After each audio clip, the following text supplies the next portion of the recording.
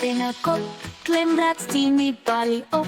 Die reën kom af in plaas om nat, toe laat Anke spanke spat. Die son kom uit en skyn ondroeg, toe klim Anke weer daar hoog. Anke spanke binnenkop, klimrad die die balie op. Die reën kom af in plaas om nat, toe laat Anke spanke spat. Die son kom uit en skyn ondroeg, toe klim Anke weer daar hoog.